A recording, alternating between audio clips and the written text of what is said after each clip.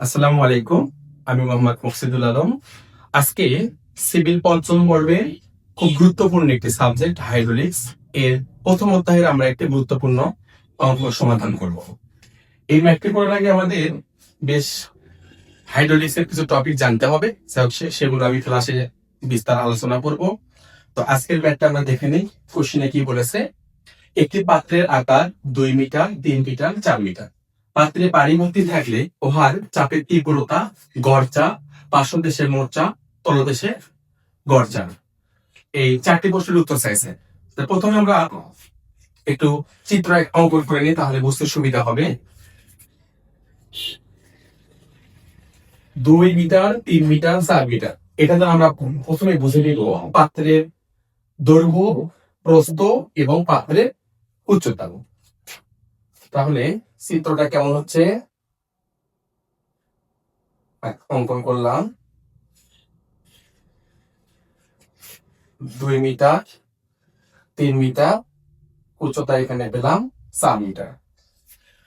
প্রশ্ন বলা আছে পাত্রে পানি ভর্তি থাকলে, তাহলে পানি এই তরলের ঘনত্ব কত, আমরা 1000 কেজি পার ঘনমিটার। যেহেতু পাত্রের আকার এমকেএস মেথডে দেওয়া আছে, তাহলে আমরা তরলের ঘনত্বটা এমকেএস মেথডে নিয়ে নিলাম।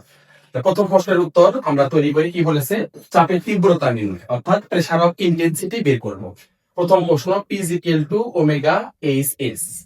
ওমেগা পানির ঘনত্ব 1000, পাত্রের হাইট এখানে হলো 4, আর তরল পদার্থ যেটা ভর্তি আছে পানি, তার আপেক্ষিক গুরুত্ব হলো 1। তাহলে এখানে আমরা অ্যান্সার পাচ্ছি 4000 কেজি পার বর্গমিটার। এটা হলো চাপের তীব্রতার একক। প্রথম উত্তর আমরা পেয়ে গেলাম। দ্বিতীয় প্রশ্ন বলছে গড় চাপ।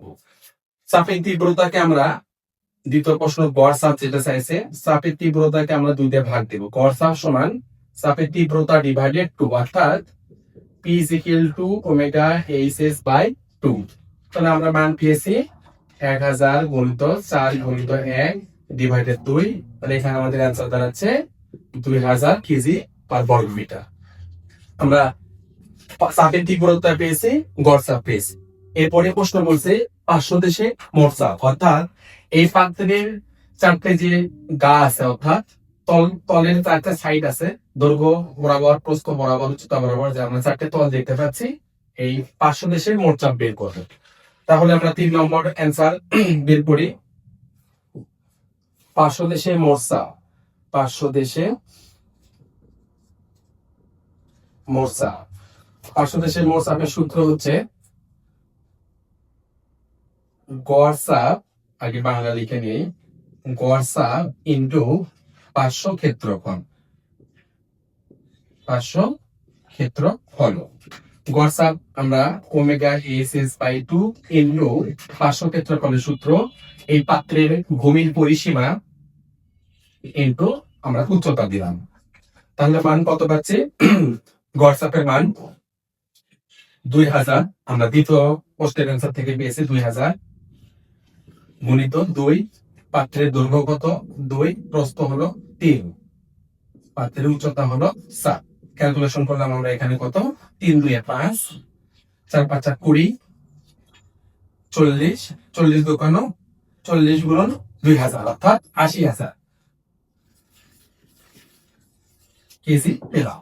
পার্শ্বদেশের মোট চাপ আমরা পাইছি কি 80,000 কেজি। এরপরে আমাদের তৃতীয় কোশ্চেনের অ্যান্সার, তলদেশে মোট চাপ।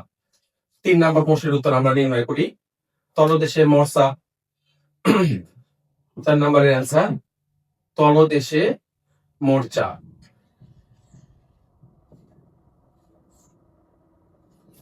তাহলে একটি ভূমির ক্ষেত্রফল, আমরা গড় চাপের সাথে ভূমির ক্ষেত্রফল দ্বারা গুণ দিব, অর্থাৎ ওমেগা এইচ এস গুণিত ভূমির ক্ষেত্রফল। ওমেগা কত 1000, এইচ এস এস 4, এস হলো 1, আর ভূমির ক্ষেত্রফল যেটা সাইড আমরা তৈরি করে নিতে পারি, দৈর্ঘ্য 2, প্রস্থ 3 দোকানো 6 বর্গমিটার বসে দিলাম। তাহলে 4 6 24 গুণিত 1000, তাহলে এখানে আমরা পেলাম কত 24,000 কেজি, অর্থাৎ তলদেশে মোট চাপ 24,000 কেজি, পার্শ্বদেশে মোট চাপ আমরা পেয়েছি 80,000 কেজি। তারপরে চাপের তীব্রতা প্রথমে পেয়েছি আমরা 40,000, 4,000 আর গড় চাপ আছে 2,000। তাহলে চাপের তীব্রতার একক কেজি পার বর্গমিটার, গড় চাপের একক কেজি পার বর্গমিটার, মোট চাপ পার্শ্বদেশের মোট চাপের একক কেজি, তলদেশের মোট চাপের একক কেজি।